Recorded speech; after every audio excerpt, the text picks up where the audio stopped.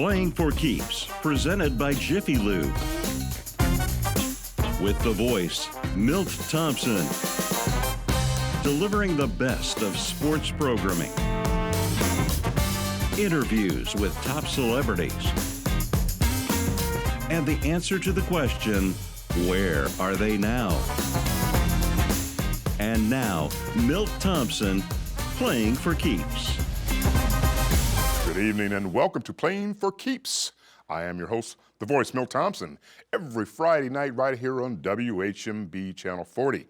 We bring you the absolute best in sports programming.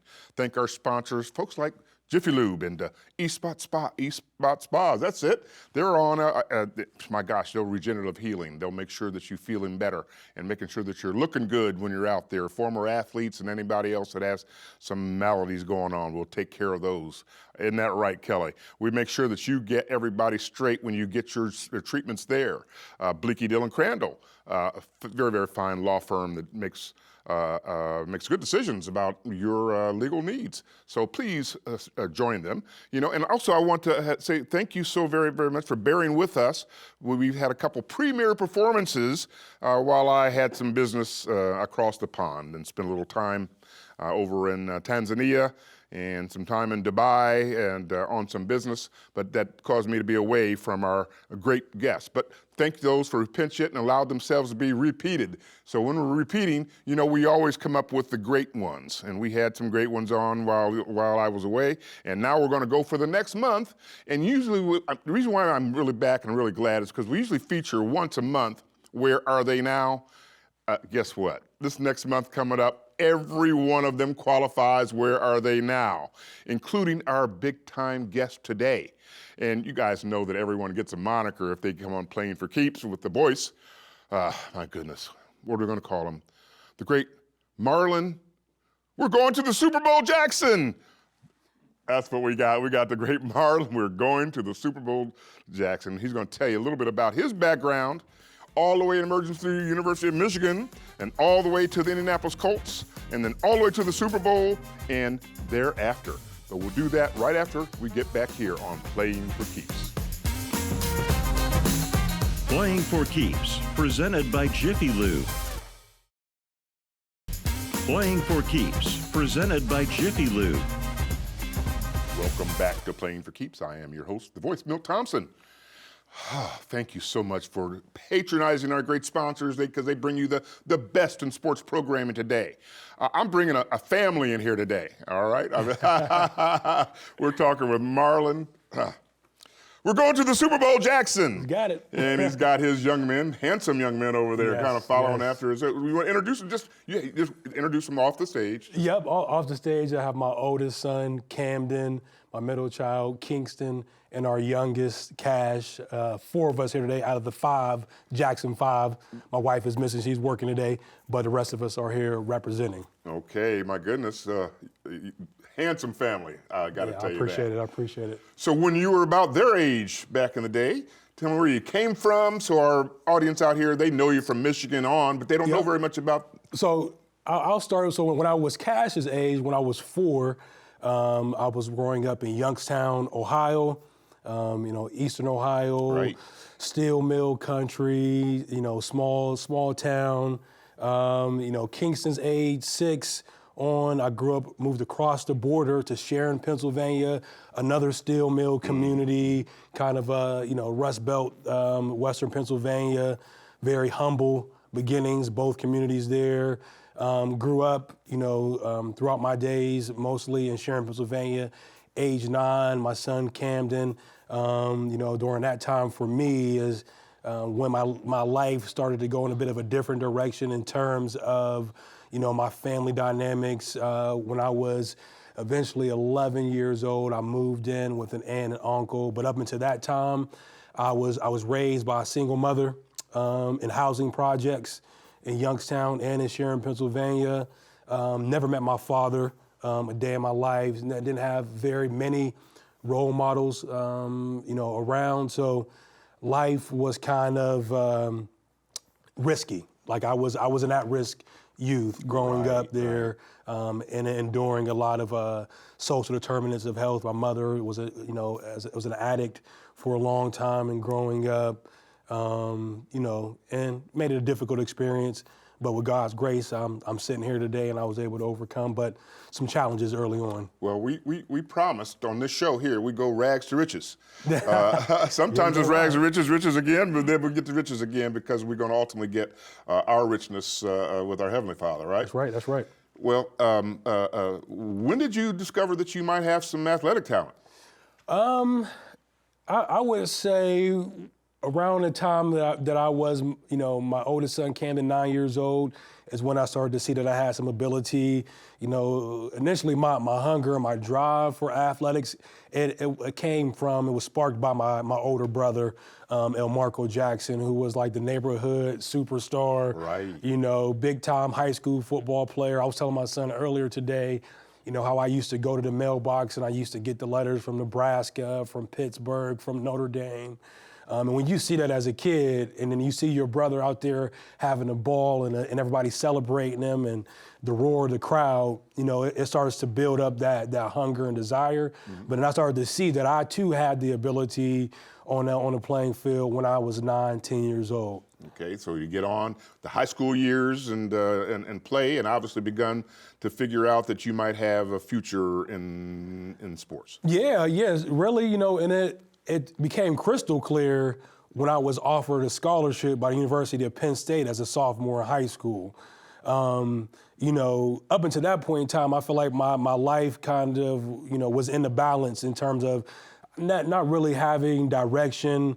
I was moving home to home, and I was playing sports, but you don't necessarily know, what your capabilities are until you start to get exposure in terms of, I went to University of Penn State football camp as a freshman. I did really well. They brought me up to start playing against the older kids. I went out and had a great sophomore season, and at the end of that season, they offered me a scholarship. So then that was a realization of like, oh, you got something here. Like Happy Valley's a pretty big place. It's a pretty big place, and it's opportunity, exactly, right? Like exactly. it was a tangible opportunity that helped me then dial in and start to focus on the future. So sophomore year, you began to see it, get this exposure, get this offer. Then next thing you know, the floodgates open up that junior, senior year for you. Exactly. The floodgates opened up. I started having, schools from the SEC, ACC, Miami, Tennessee, LSU, and then eventually Michigan came into the fold. And when I visited Michigan for the first time, I fell in love, like in terms of with the people, the culture, the players. I began to see myself at the University of Michigan because of the people, and I felt like I had grew up with those players. I felt like they were similar to me, and we started to bond. And because of that, going into my senior year, finishing up my junior year, I committed to the University of Michigan. Well, Michigan is very well known, obviously, for its sports, but as a public university, is one of the top academic schools. Great school for academics as well. You can't just like walk in there and just say, I'm going to play varsity football no matter who the coach is. No, it doesn't matter. I mean, everything is a process, right? In terms of going to another level and being exposed to another level of talent, being exposed in the classroom to another level of curriculum and the demands that go with that rigor. But then to be able to see with effort, with consistency, how we're able to better ourselves and grow, and reach our potential. And, that's what my experience at Michigan was. It was, sometimes having my experiences from my past catch up to me, learning my lessons, staying focused, staying consistent, learning, growing, and getting better. So once you matriculate to Michigan, all of a sudden you say, there's a lot of good ball players here. I'm not the only one who's a good ball player here. How do I compete and how do I excel? Yep. So the unique thing for me is that I've always been able to step up early on. So, I ended up starting my freshman season.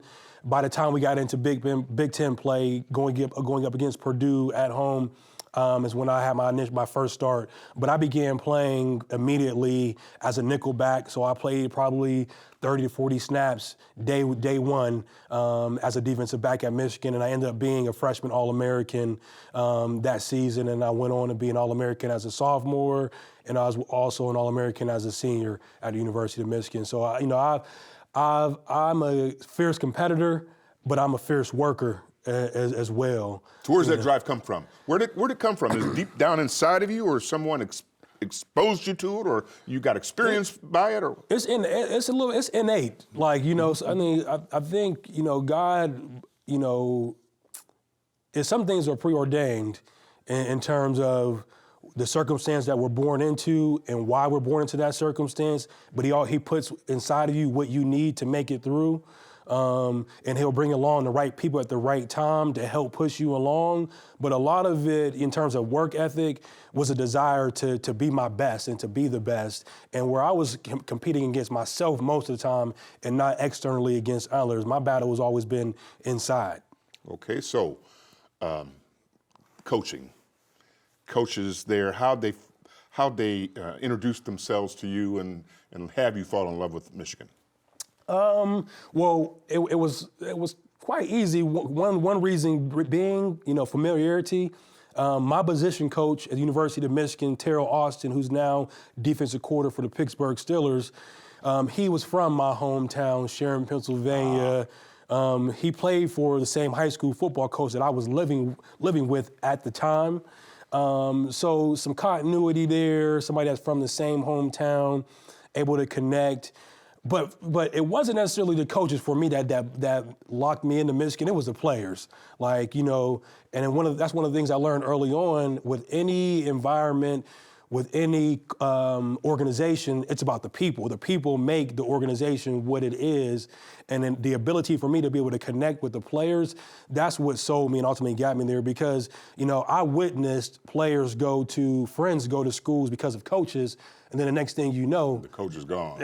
Exactly. So exactly. You developed relationships that were important to you as peers, as well as other leaders. That's right. And That's right. Developing your leadership skills was something that you looked forward to doing as well. Yep. And I would say the coaches challenged me to be better, right? To be my best. A level of excellence, and accountability. That was probably one of the major things, at the University of Michigan. I mentioned I had some habits and things that followed me from my past, and I brought those things to the University of Michigan. And I had those things undercover, but at certain times they would come out. And I got into an altercation at one point in time where I was almost kicked off the team at the University of Michigan. And I remember Coach Carr sitting in a meeting telling me that, you're not above this team. No one is above the team here or anywhere in life. You have to think about everyone and how your actions influence and affect those around you.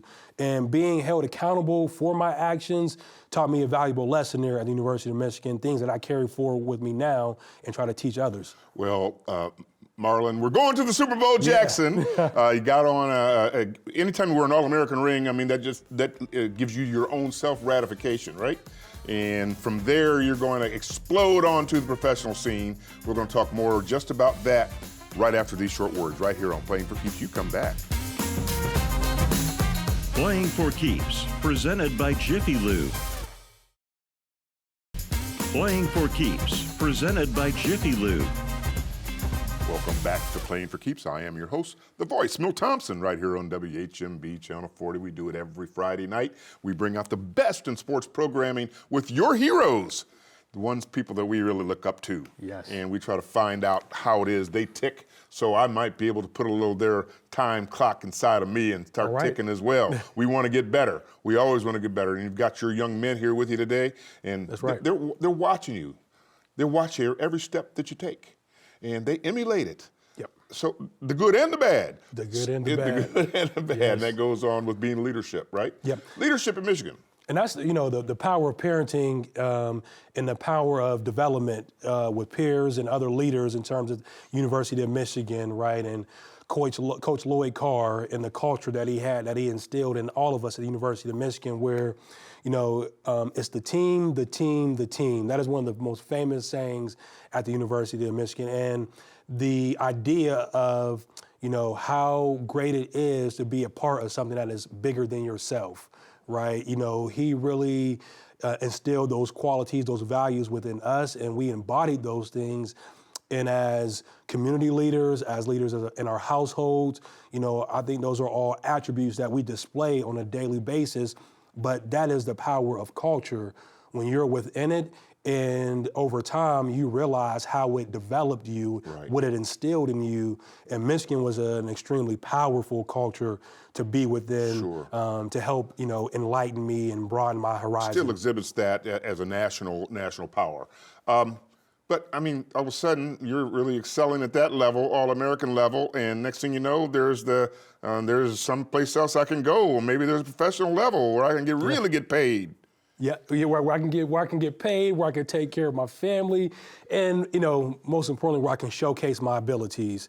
And being drafted in the first round by the Indianapolis Colts was a dream come true. Because for me, those whispers of NFL began after my sophomore year in college. And then coming back for my junior season, coming back for my senior season, and then finally now able to move forward towards that ultimate goal of the NFL. It was a heck of an experience to have and to be able to share it with others, to really inspire, to create hope, belief of someone that grew up on the same block as me, that grew up in the same housing project, that grew up on the same street. Like, they were out here playing street football, playing backyard football, and now look what they've been able to accomplish. And that's the power of a dream, of inspiration, of hope, and of work, and of the right relationships to help us attain all those things. Tell me about that draft day experience. Oh man, I was in Youngstown, Ohio, at my Uncle Bill's house with all my family and friends gathered around. I had the expectation of going earlier. I hadn't spoken to the Indianapolis Colts. The Baltimore Ravens called me the day before the draft. Ozzie Newsome told me that he was going to draft me. I think it was the 18th pick.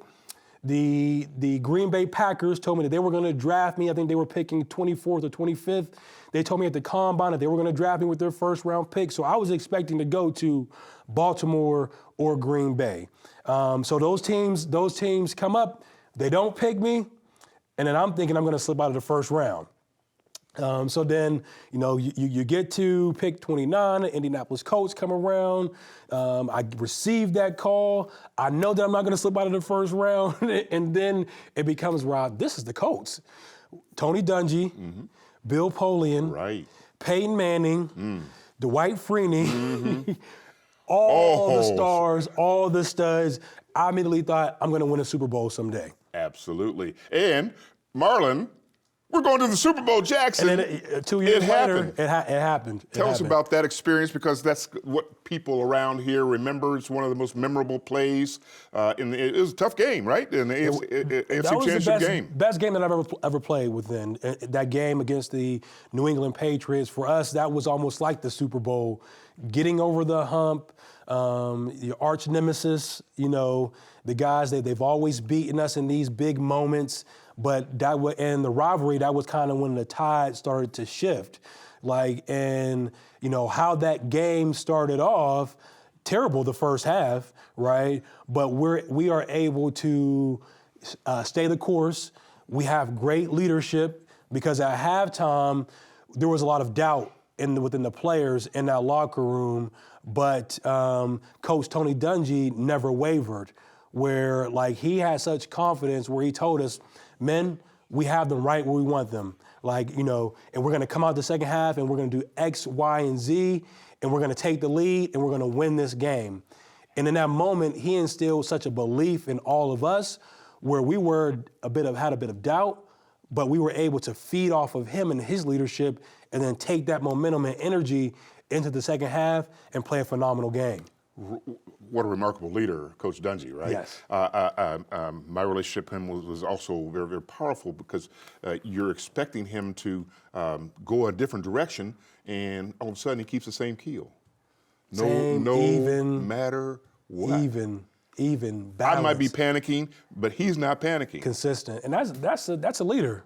right? That is definitely a leader. In the tough times, the tough moments, someone that you can look to for guidance, for direction.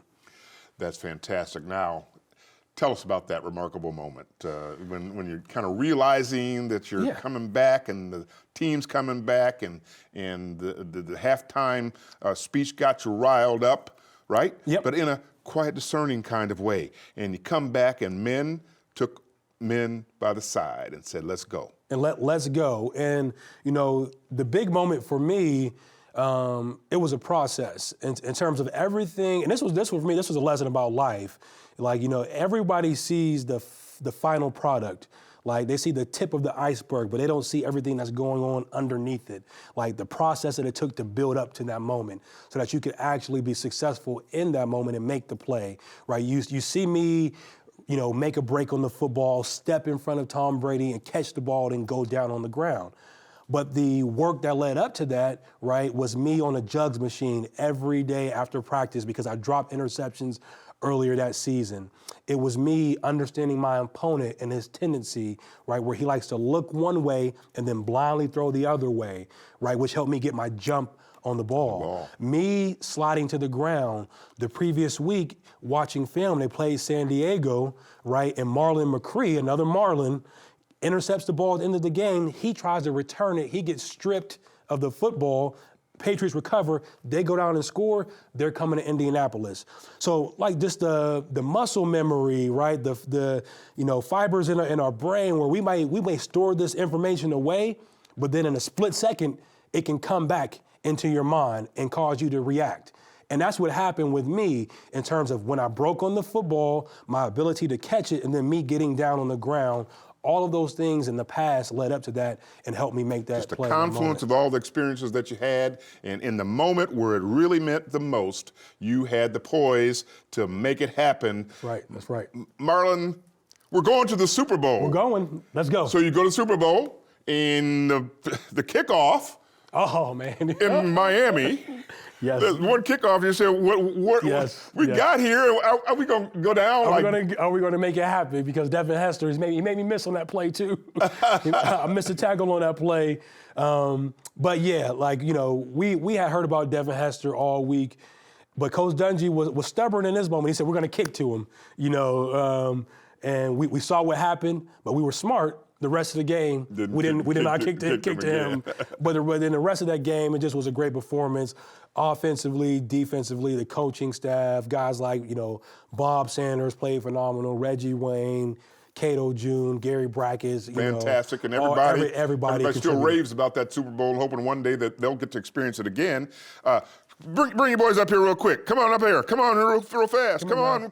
We're running out of time. Now, I want you to get on television with your dad here because what he does in the community is really, really important. And probably the most important job he has is being your father. Amen. Yep. That's what a job that he has, to be husband and a father. Husband and a father. You can't beat that. From Marlon, I'm going to the Super Bowl, Jackson. You coined it now. That's it. That's it, exactly. He is the man for that. And everybody here is going to be the men for watching this show.